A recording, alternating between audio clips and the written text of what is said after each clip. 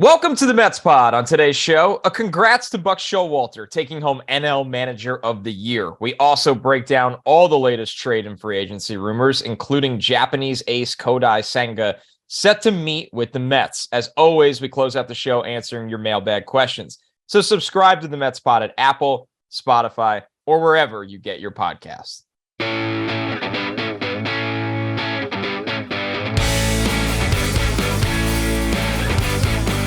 What's up, everybody? Welcome to another episode of the Mets Pod. I'm your host, Connor Rogers, joined as always by my co-host, Joe DeMayo. And the offseason, I would say, is in full swing. But as always, Joe, a little bit of a slow grind out of the gate. But we are officially rolling.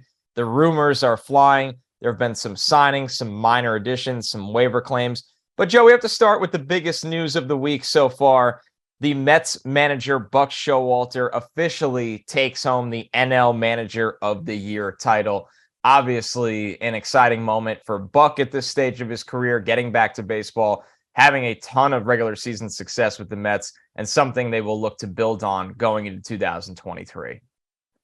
Very well deserved for Buck Showalter. Obviously, Dave Roberts had a fantastic year, and the Dodgers winning 111 games despite all the injuries that they endured, and Brian Snitker leading the Braves to, unfortunately, the comeback against the Mets to win the National League East. But you look at Buck Showalter, and he obviously changed the culture here. Steve Gelbs told us that a couple of weeks back on the show. But the reality is you're looking at the fourth time ever the Mets have won 100-plus games. The first time ever Buck Showalter has won 100 games in a season.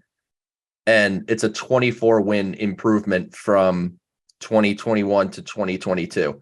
So it was an unexpected, I think, win total this year. And a lot of credit goes to Buck for that. And yeah, I think he earned this award. And you're seeing all the reactions from Lindor and Nito and Mark Canha and everyone. So Edwin Diaz, everyone's really happy for Buck. I'm happy for Buck. And yeah, good award. And now it's on to 2023.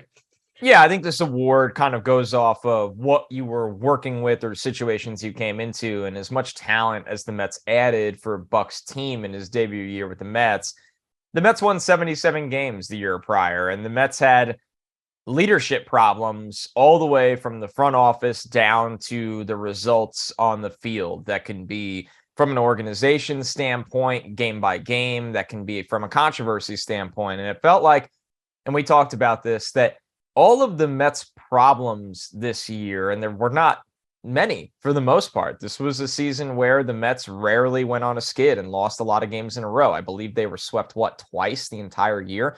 So when you look at it like that, all their problems were baseball related. And I think Buck gets credit for keeping it down to the wins and losses rather than the stuff away from the field that has constantly plagued this organization. And I think it obviously was a successful debut year that you want to build on for the postseason. The Mets have bigger aspirations for the postseason, and they know that going into next year. And knowing that, that's where we easily transition to how this roster can look different, Joe. It's that time of year. Let's start with the rumors around the biggest remaining free agent currently internally with the Mets, although he can explore all his external options in Jacob deGrom. I know Andy Martino has been all over this, who was on the show very recently. And it sounds like there's not big expectations that the Braves will be in this like they've been rumored to be for a long time. Obviously, things can change, but deGrom is expecting to get a big number. There are potential expectations that his contract can be 3 to 4 years at that really large number. Joe, something you've talked about with me off the air is, while deGrom's going to get paid and is a great player and is one of the great players on this market, his market from a volume standpoint, quantity of teams, might not be that large. It's hard to imagine there's many teams that have a $40 million arm within their budget. I think the Texas Rangers are obviously the loudest team mentioned. They hired Bruce Bochy as manager, so it's clear that the Rangers are trying to expedite their rebuild. They don't want it to be a tear down and take a long time to get where they are. They obviously signed Corey Seager and Marcus Semien last offseason, the big money deals. They have guys like Jack Leiter coming through the farm, Kumar Rocker at some point here coming through the farm. I think they're going to continue to be aggressive in free agency. So that would be the main team I would concern myself with in regards to deGrom. And one that I think hasn't been talked about yet that I think might need to be talked about is the Dodgers with Trey Turner leaving. They're always around. They're always around. They have money to spend, and they have some injuries. Walker Buehler's going to miss the whole season. They lost Tyler Anderson to the Angels. Andrew Heaney's a free agent. So the list of starters that the Dodgers have lost has created a hole in their rotation that, maybe deGrom, maybe Justin Verlander, or some of the other names that we're going to talk about here in a minute are options for the Dodgers as well. So I don't think deGrom's market will be big as far as quantity of teams involved, but I do think it'll be an aggressive market within those, let's call it 5 or less teams. Yeah, so a couple things to note here. This one from John Morosi, he's been on this show before, a really good insider, covers league-wide. He said Justin Verlander to the Dodgers became more realistic based on today's events, and he followed that up by Tyler Anderson rejected the Dodgers qualifying offer, and he was saying that Verlander would not involve the loss of a pick where areas Jacob deGrom would. So that's obviously a factor there with deGrom as well. Now it's just going to be fascinating because the thing I always think back to, Joe, is deGrom can't control his external market, right? If it's only the Rangers and then a contender like the Dodgers, but they're going to always, they're going to draw a line because they have other solutions. Is deGrom willing to come back to the Mets for less than Scherzer's making? That's the thing that I've always wondered, is that and I say ego, not in a, very critical way, but in a realistic way where you think you're the best pitcher on the team. You've won multiple Cy Youngs for the organization. You did not like your last contract extension. That are the Mets in a position where they can win or lure deGrom back if it comes down to being a tie, and how that plays into the entire thing? That is a big question. Is Jacob deGrom so prideful? And that is a positive thing to be prideful. A lot of aces are. Yeah. Is he so prideful that if the market isn't quite what he thinks, where, Max is making 43 a year, what if Jake is more 38 to 40? Just using that as a number. Would he be willing to accept 38 to 40 from the Mets, knowing he was a franchise player. He spent his whole career here. He's won 2 Cy Youngs, like you mentioned. Is he willing to be the second highest paid pitcher on the staff? I don't know that answer. But certainly you're looking at I don't know if it's going to be a quick thing, but the Mets are going to have to get a vibe from Jacob deGrom here in the not too distant future, what his intentions truly are. Because if his intentions are, if you don't pay me more than max, I'm leaving regardless. I'll take less to go somewhere else just out of principle. You don't want to have lost Verlander. You don't want to have lost Carlos Rodon potentially, or, all these pitchers that they're not going to sit there and wait till the Mets feel like acting. If they get a contract they want, they're going to take it. So Billy Epler has to be working all the phones and keeping open communication with Jake and his camp to ensure that they're not being strung along, because that's another factor that could happen. Absolutely. And let's go right there with Verlander, because there's been a lot of buzz around Verlander across the league. Obviously, not just the kind of talent he is, even at age 40, but the fact that, he's another high profile guy that could be had on. I think we know, we saw Tyler Anderson get a 3-year deal. We'll get there in a bit. We know Rodon should command a 5-year deal. Maybe the AAV is down compared to these guys, but there's going to be term there for Rodon. I think the intrigue with Verlander, Joe, has been for a long time the fact that he's a guy that you can, yes, you'll have to dish out a boatload of cash, but the truck only drops that cash off once, 1 year, maybe maximum 2 years. This from Brian McTaggart, who has been covering the Astros for almost 20 years and for MLB.com since 2009, reported that Verlander is seeking a deal similar to Max Scherzer's 3-year, $130 million contract. That, to me, changes the game of the Verlander sweepstakes. And I think it's clear that it's probably changed the Dodgers situation. I mean, the Astros situation, in a sense of that, they probably not assume, but felt comfortable Verlander can keep coming back on a 1-year deal. Maybe there's some kind of option on the second year. And I know Jim Crane has come out and said, they expect Verlander to test that market. It's not a lock necessarily that he's back. So, and Verlander is going to be a hot item for the teams that are looking for their mercenaries, right? The arms that they can get for 2 to 3 years and try to make this championship window. Right now, the Mets, the Dodgers, the Astros. I'm sure there'll be plenty of other teams. The Yankees. The Yankees should be involved theoretically. We just don't know if they're willing to go there in an offseason where Aaron Judge needs to command $400 million or whatever it is. But yes, the Yankees should be involved. So the Verlander sweepstakes, Joe, to me, is actually more high octane, more interesting than deGrom's somehow, considering their ages. So now the Mets have to decide here. So you're obviously not going to get both of those guys. You would think they would prioritize one of the two, given that Jake was their own. Verlander doesn't have the qualifying offer attached, so there's no loss of draft pick there. But they're probably looking for similar type of contracts. Maybe Jake is trying to get 4 years right now, might end up having to settle for 3 or 3 and an option. If you're looking at similar contracts, do you want to go Justin Verlander, who is 40 years old or turning 40? I forget his exact age, but either way, he's going to be 40. Do you want to give someone like that where it could fall off at any time? Or do you want to give it to a guy like Jacob deGrom, who is younger by age, but his health problems have been pretty significant over the last couple of years? I don't know which one you feel better about over the next couple of years. I think it's a very hard decision, but Verlander's market certainly warrants watching with the Mets, and I'm interested to see how willing the Mets would be to pursue a Verlander instead of a deGrom. Or is it just if deGrom signs somewhere else, the Mets will pivot to Verlander?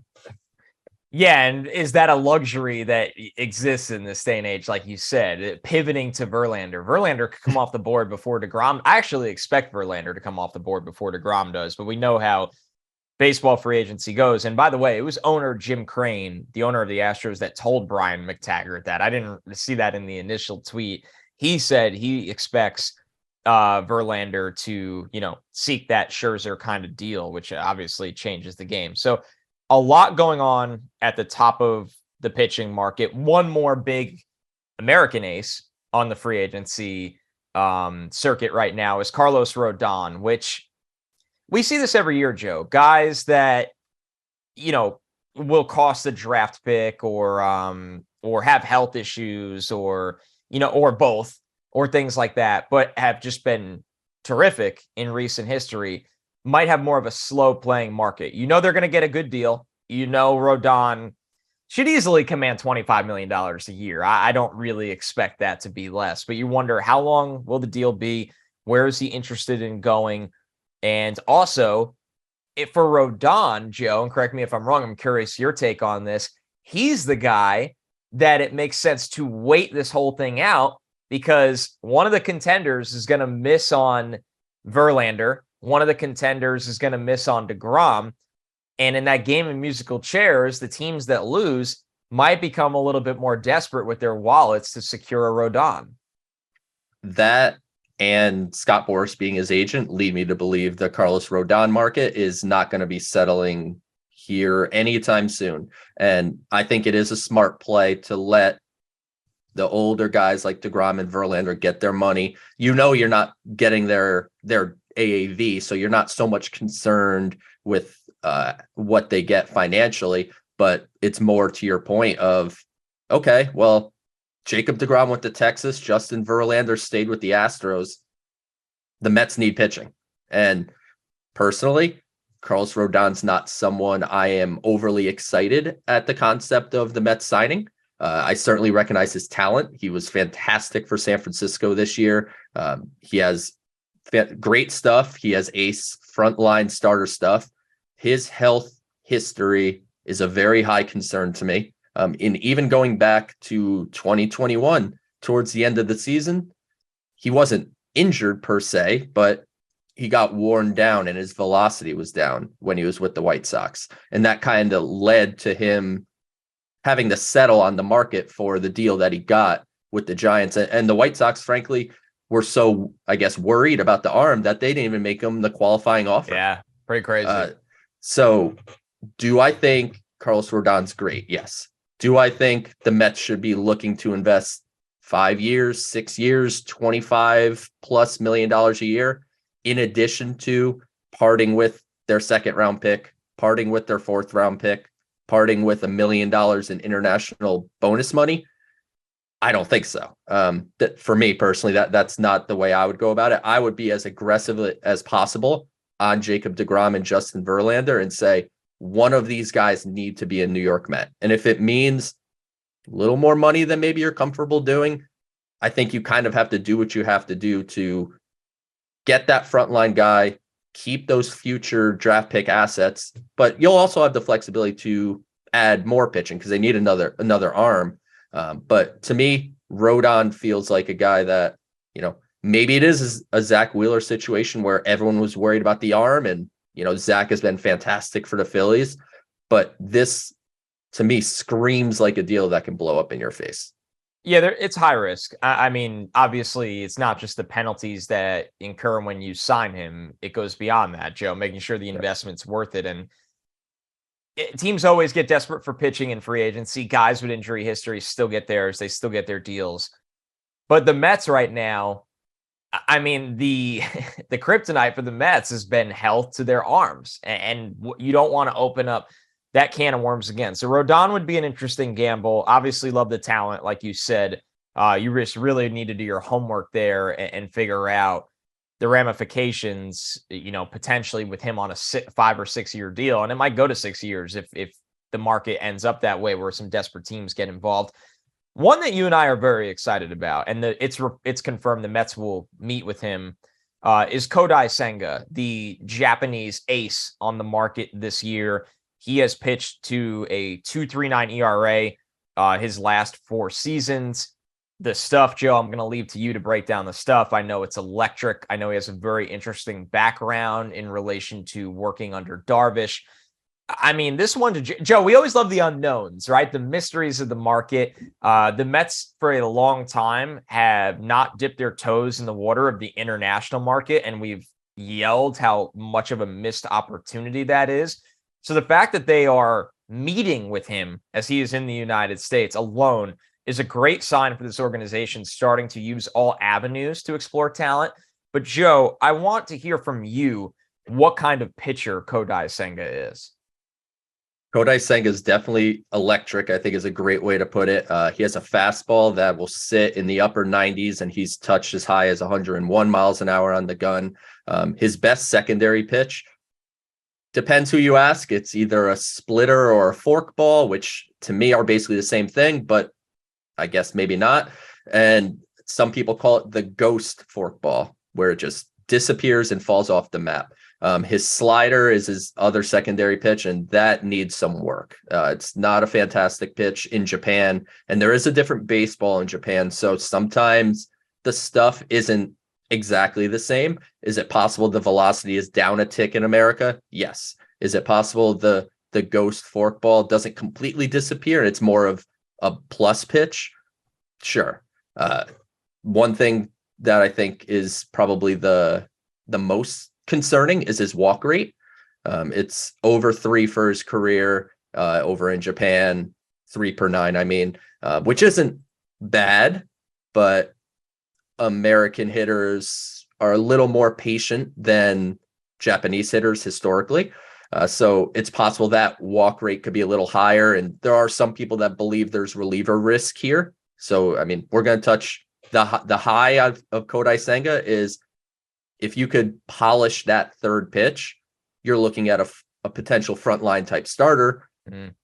The problem is the floor with the unknown about everything from the transition from Japan to America, the secondary pitch, the slider, the third of his secondary pitches being a bit of a question, and the command being a bit of a question, make that floor a bit lower as more of a potential reliever. But like you said, the exciting thing, he's a Yu Darvish disciple. He actually spends time in the offseason in the United States and has for a couple of years now, working with Driveline. And that's obviously a huge analytics thing and, biomechanics, the kind of where pitching is headed. And the Mets are trying to certainly get up there. And the last thing I want to say about Senga, which I think give the Mets a chance, despite them not being like largely linked to him outside of obviously Andy's report that they'll meet with him, is his agent said his 3 priorities are a big market, check. A team looking to win now, check. And number 3 is a team invested in analytics. Well, check. So the Mets check all the boxes. There's risk with Senga, which I wanted to make sure we made that clear because I think he's an exciting name and I have a lot of interest in the Mets pursuing it. But I think right now the public sentiment is just all of the great things about him. There are some things that he will have to hammer out when he comes to the U.S. Yeah, absolutely. There's a transition period there, not just physically, but of course mentally, having to go to a new league, live in a new place, all these things. But I like that you brought up, Joe, that he does come over to the United States and works at Driveline. And there will be, I'm curious if he actually will work out. You might not even know, this might not even be a consistent thing. If a Japanese pitcher would come over and work out and throw with the American baseball, I'm very intrigued by the idea of that. That's kind of in the unknown waters, right, Joe? Yeah, I'm not sure, but I would think not. I would imagine they don't need to. They don't need that leverage. Yeah, somebody's going to pay him. You look at the stuff. These teams have scouts over there. I know the Mets' presence in Asia is a little in flux. They're changing out some things there, but I know that they scouted him. And Billy Epler obviously has a reputation as being heavily involved in the Asian market. So you have the data too, right? Like all the spin rates and the shapes of the pitches. You have all that information. You hopefully had scouts in person watching him pitch. I don't think he's going around and throwing for teams. He's kind of meeting and, teams are going to have to woo him essentially because he's a true free agent. Without a doubt. All right. So yeah, that would be more, it feels like Senga's more of you're trying to fill the gap a little bit with the in between Bassitt and Taijuan Walker. I don't really know. Like obviously the money is going to be somewhat significant, but the variance of him is very, very interesting. To continue on with the free agency market right now, a little buzz around Brandon Nimmo. It seems like everybody is kind of looking around the Nimmo market. We've heard some buzz about the Yankees being involved. I mean, we know that they would like outfield help like Nimmo. Obviously, Aaron Judge is going to cost a lot of money, and we think Nimmo is going to cost a lot of money. So I don't know how much I'm buying into that one. But I think it feels like Jock Peterson accepted a qualifying offer with the Giants, so the outfield market gets thinner and thinner. But it feels like Nimmo's a guy, once again, Joe, that can afford to wait quite a bit and see where this thing goes. He's the clear-cut top center fielder on the market. He's probably looking at $120 million or maybe even better on the market. So he has no reason to rush. The teams are going to come to him. Obviously, the reports are the Yankees have talked to him. But the report just a week or two ago is the Mets won't talk to Aaron Judge out of respect to the Yankees I found or that something. Very interesting. Yeah. If you want to talk to Nimmo, I'm going to talk to Judge, and I'll make that trade. You want Nimmo, you could have Nimmo, and I'll take Judge. That seems fair for the Mets. But no, I think Nimmo's market is something that will warrant watching for quite some time. The Mets are going to be heavily involved. They want him back. He has interest in being back. But he's going to have a lot of suitors and a lot of money coming his way. And it's going to be interesting to me to see how the Mets really want to approach that, because we're talking about deGrom and Verlander and Rodon and Senga and all these pitchers. And, we haven't gotten to Bassitt, like arms that are going to cost a pretty penny. They've already paid $20 million a year to Edwin Diaz. Do they have another 23 to 25, in that range, call it, per year for Nimmo and the pitching? I don't know. So it's going to be interesting to see how they approach Nimmo. And if that money doesn't work out, what is the backup plan? It's a great question. How they're the question with the Mets this offseason is in no way, I think, what they do plan A. I think the question with the Mets is how they pivot. That's what we've always looked at, because Diaz is back, which is great. I think that pivot would have scared me the most, Joe, just being honest, because we knew the closing market was pretty bad. The relief market as a whole, pretty bad. The Mets' internal options to take over at closer, borderline non-existent. And then you want to get in the rabbit hole of trading for a closer yet again. We know what the cries about that last time. So Diaz coming back is a huge sigh of relief. If deGrom leaves, there are clear pivot plans, multiple, that make it interesting. If Nimmo leaves, there is creativity. Some we can't see, like the trade market, as it's a thin center field market. Some we can see that are exaggerated, but Aaron Judge is a free agent. Trey Turner is athletic enough, I think, to return to the outfield, although that would still surprise me. There are things there that you can draw up as replacements. And one move that did happen in this very slow free agent market that I did want to get to that could, in a sense, lead to a pivot for the Dodgers, which in hand could affect the Mets. Tyler Anderson, coming off of a career year, a 2.57 ERA with the Dodgers at 32 years old, 15-5 record, just a tremendous year for him after, being a guy that hovers around a 4.5 ERA for a long time. I like how Andy called it the Dodgers car wash. I thought that was a good way to put it.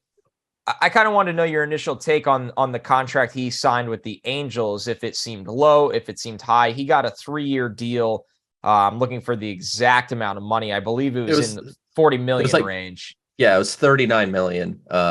Yeah, maybe some incentives bring it to 40, but yeah, I think from a general perspective, seemed like a perfectly fine contract. I think, yes, Tyler Anderson went through the Dodgers car wash, and that's always a concern of signing someone after they go to the Dodgers, because now he's mid-30s.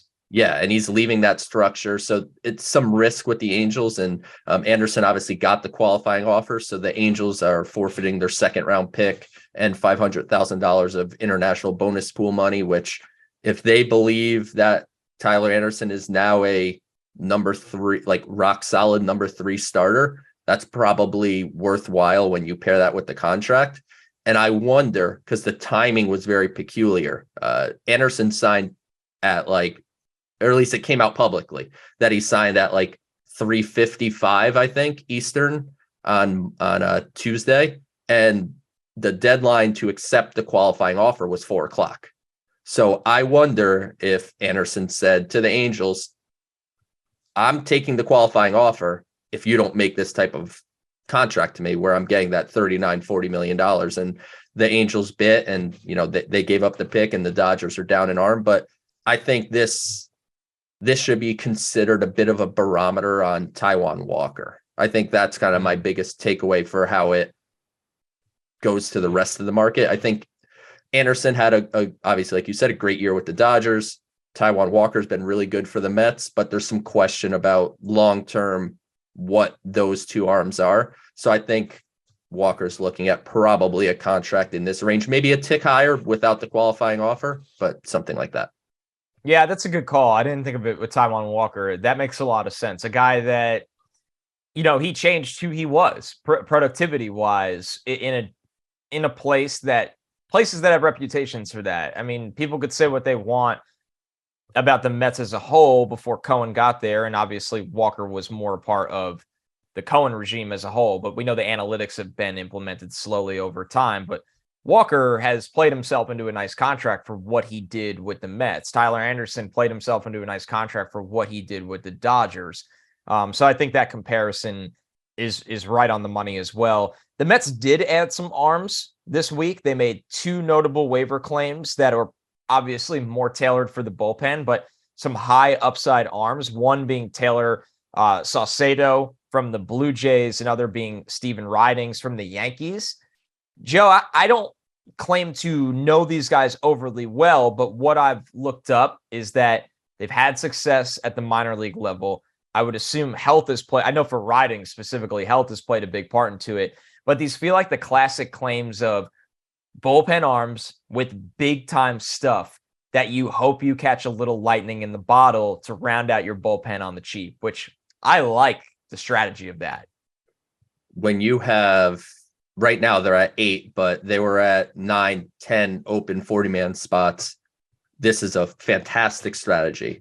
You're not required to keep these guys even through the offseason. If the Mets make enough moves that Tayler, Saucedo, or Steven Ridings end up at the bottom of the pecking order on the 40-man roster, they could just designate him for assignment. But for now, they seem like worthwhile ads. I really want to talk more Ridings than Saucedo. I think Saucedo's interesting. He's had success against lefties in his career, but Steven Ridings is the one with the big time stuff coming from the Yankees. There's a lot to wrap our arms around from a health perspective with Ridings. You don't really see teams designating for assignment guys that touch 101 with a pretty filthy slider. He missed the whole season with what was called a shoulder impingement.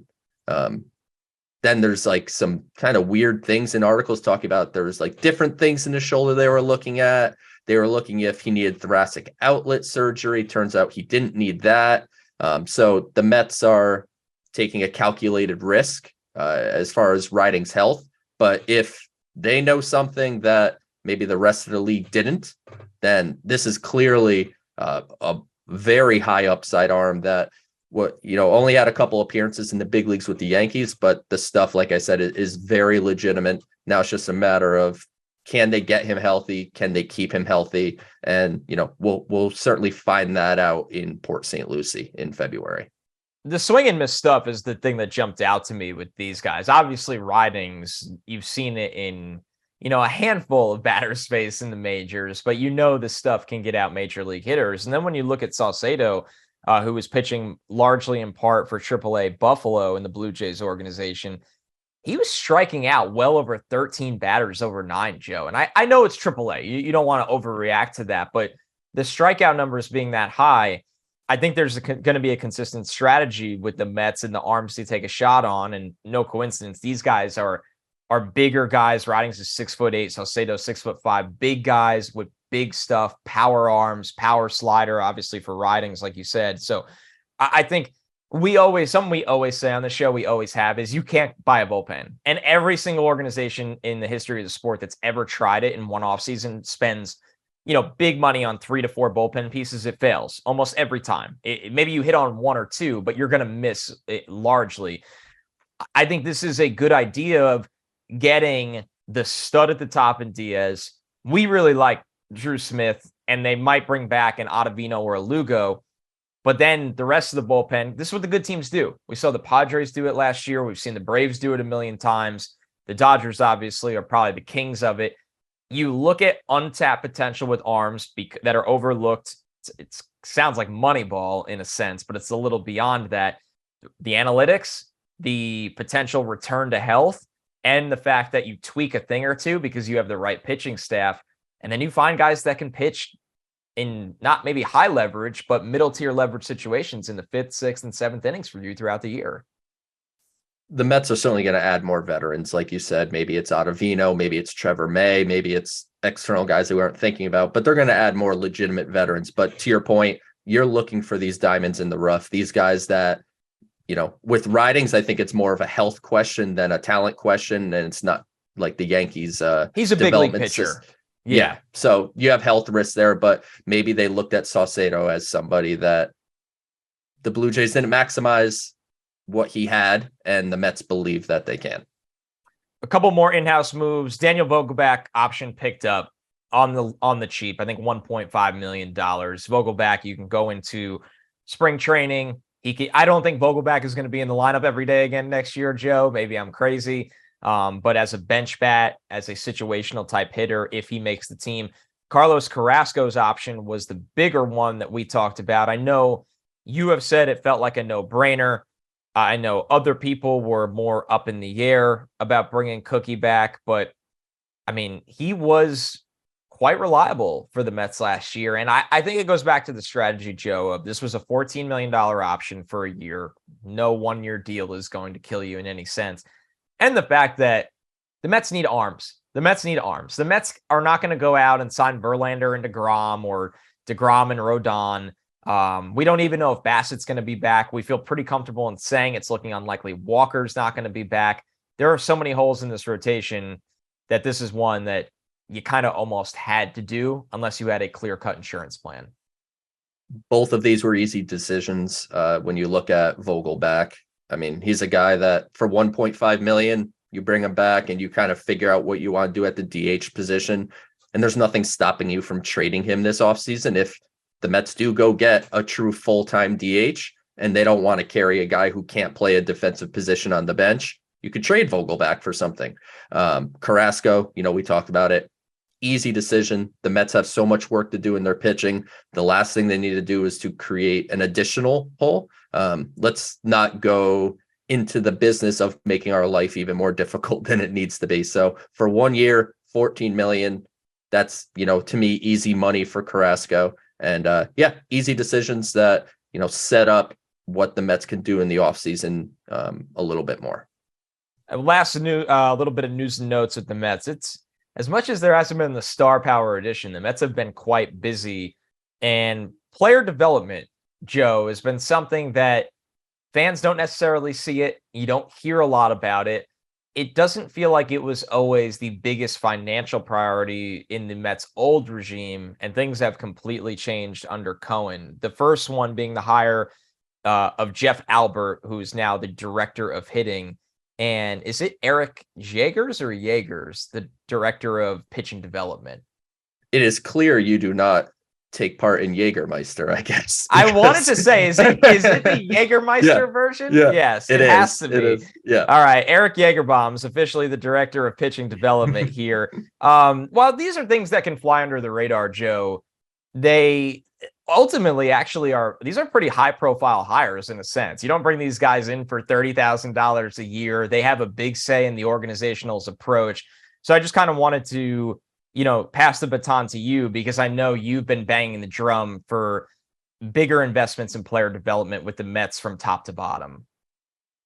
This is just part of what Steve Cohen's process was going to be. His first year owning, the priority was the big league team, the big league staff, the front office, and trying to get some infrastructure in place.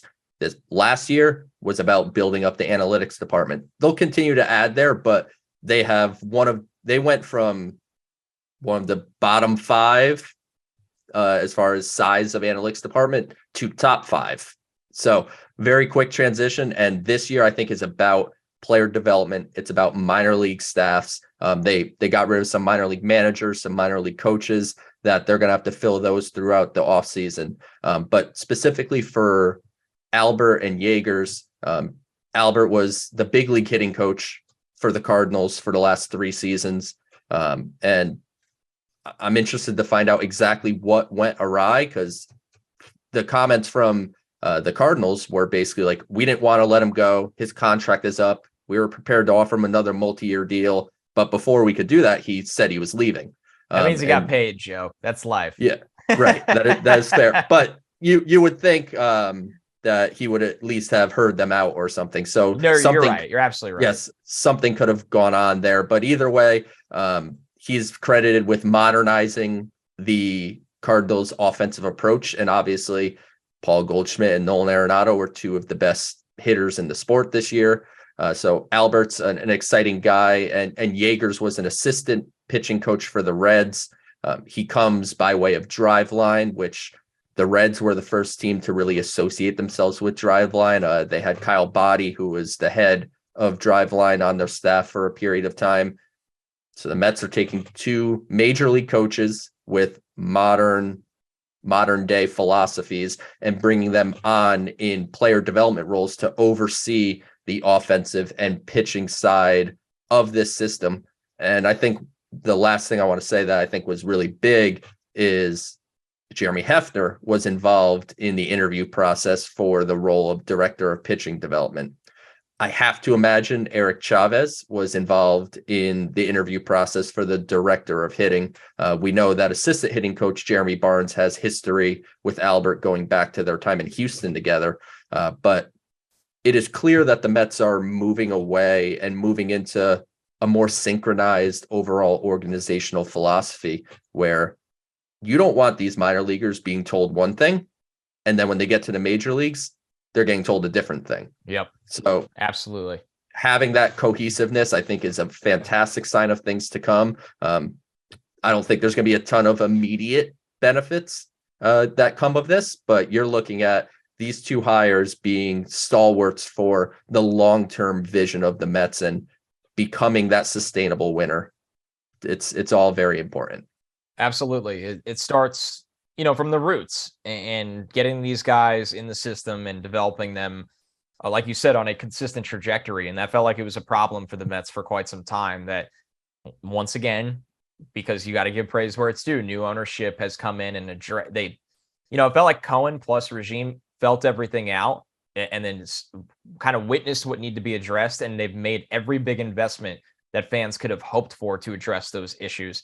Reminder, you're listening to the Mets Pod. Subscribe to the Mets Pod at Apple Podcasts, Spotify, wherever you get your shows, and that we will be doing a live episode at this year's Queens Baseball Convention presented by SNY, Saturday, December 3rd at the 4 Points by Sheridan in Flushing. That's right. Joe and I will be there, as well as other awesome panels, plus autograph and Q&A sessions with special guests Bartolo Colon, R.A. Dickey, and Howard Johnson. Tickets are on sale now. For more information and to purchase tickets, visit queensbaseballconvention.com. Time for the mailbag. We are not closing out the show without the mailbag, and I will throw the first one to you, Joe. I like these either or questions. Frank Mankin asked, would you rather Rodon for 5 and 125, 5 years, 125 million, or Bassitt for 4 years, 80 million? And I'll read the follow-up. It's a really good follow-up after we do that. But either or, Joe, Rodon 5 125 or Bassitt for a much more cost-efficient 4 and 80. I really wish it was 3 and 60 with Bassitt, but it's not. It's not. It's 480 versus 5 125. I think those are, good estimates on the AAV that those pitchers are looking for. I'm going to circle back to my concerns about Carlos Rodon and the draft picks that come along with that, the international bonus pool, which I'm sure some people listening to this are rolling their eyes as I say that because people don't care about draft picks, but the Mets do. And Billy Epler has been very open that the qualifying offer, it's not a complete deterrent, but it's a factor. It's something that has to be caked into the value. So the 5 125 is what it is, but you're also losing out on a second round pick like this year. Blade Tidwell, second round pick. You're giving him up. A fourth round pick, which they didn't was their fourth? No, they didn't sign their third round pick. So you're looking at high draft picks that are going away and the bonus money. Bassitt, I feel, is a guy that he was a reliever earlier on in his career. So I think he has more mileage on his arm. And I think he proved that he could handle New York, albeit the end didn't work out so great. I think I'd lean the Bassitt side when you just take everything into consideration, including what I said about Rodon earlier. And to your point about, just the not missing out on the draft picks, Tidwell's already a top 10 prospect for you, isn't he, Joe, on SNY? I know he just made the cut into the top 10. Yeah, Blade Tidwell is actually my top pitching prospect in the system right now. I believe I put him number 8. Yeah, I put him number 8 on my most recent list, which you could check out on sny.tv. And the comparison here, Bassitt and Rodon, last thing I want to say before we move on from that is I'm looking at Rodon as a third option if you miss on deGrom, if you miss on Verlander. Because if you sign deGrom or Verlander, I don't think you're also signing Carlos Rodon. That's absolutely right. Rodon is your frontline replacement, is what the situation is. I'm very torn on this one. I'm understandably enamored with the upside of Rodon, what Rodon has been in the last 2 years, and adding him as an ace at 30 to the front of this staff. But I also am very concerned about the penalties of signing him because the Mets infrastructure is not bare bones anymore, but it's behind in terms of other teams, in terms of other contenders. Getting these young players in the system and really building that baseline is something they need to continue to do. And to do that, you need all the resources in the world. And Bassitt's reliability. Sure, is Bassitt a perfect pitcher? No, but 480, a guy that has stayed healthy, a guy that takes the mound for you, a guy that can go 7 or 8 innings and might only be getting better as he's with an organization now that has much higher capabilities than his old one. And he has been underlyingly vocal about that. So it's really tricky. The follow-up from Frank was, what are your guys' favorite walk-up song? Doesn't have to be the Mets. He really liked Canna's Paper Planes. For me, it's actually not a walk-up song, but a warm-up song. Electric Feel for Drew Smith is my favorite Mets song that you probably never get to even hear on the broadcast, because how often do you hear the pitcher warm-up song? But when you're at the ballpark, that's absolutely a banger.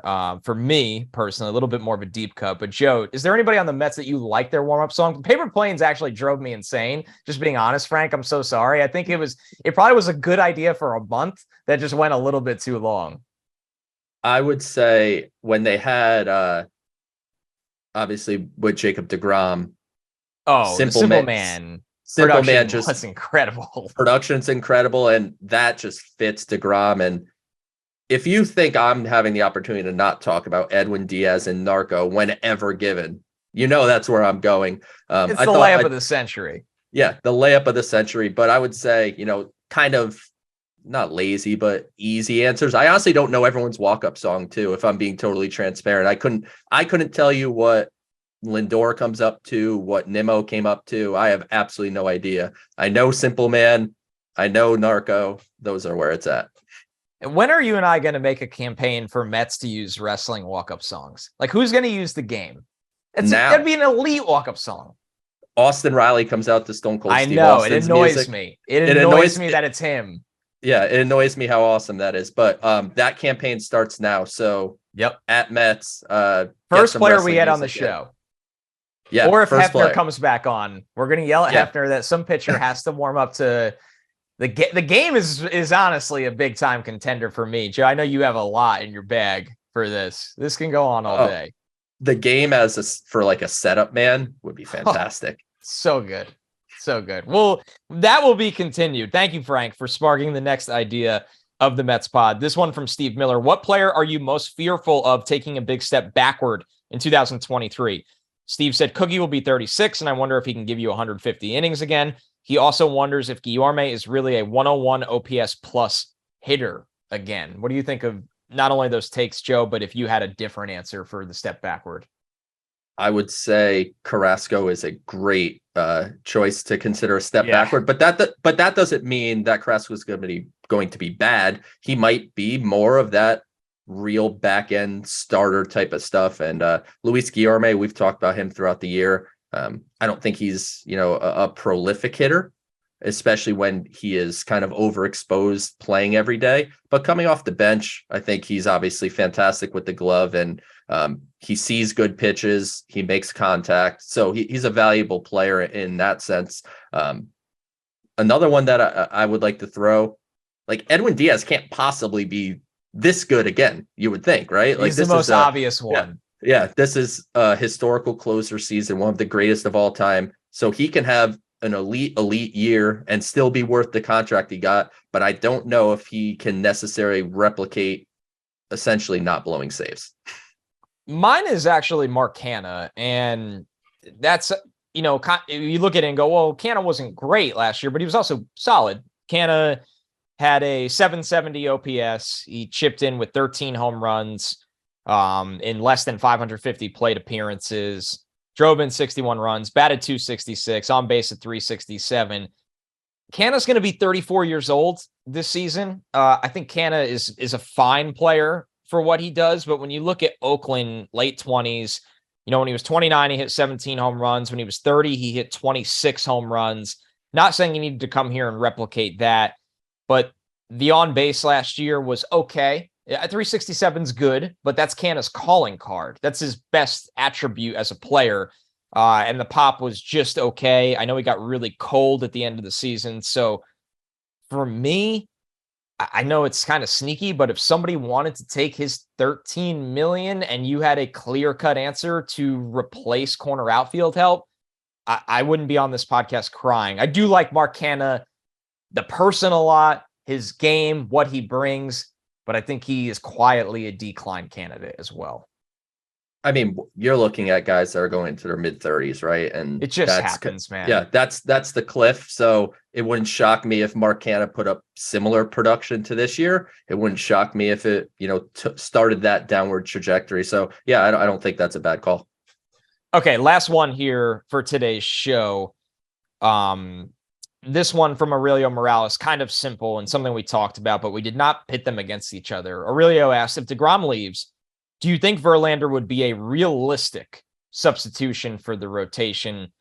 I think it's clear we do, because we talked about the transfer of money. DeGrom's money is in the Mets budget right now. If the Mets don't bring back DeGrom, that money doesn't just disappear into the void. That money is allocated to either multiple players, one player. I'm obviously a believer that Verlander is going to keep pitching almost this well into his 40s. I just don't really see reasons why he's going to slow down. He might not be this good, but he'll be really good. So yeah, I think it's a simple answer. I do think he's realistic, because nothing is off the table in this era of Mets baseball.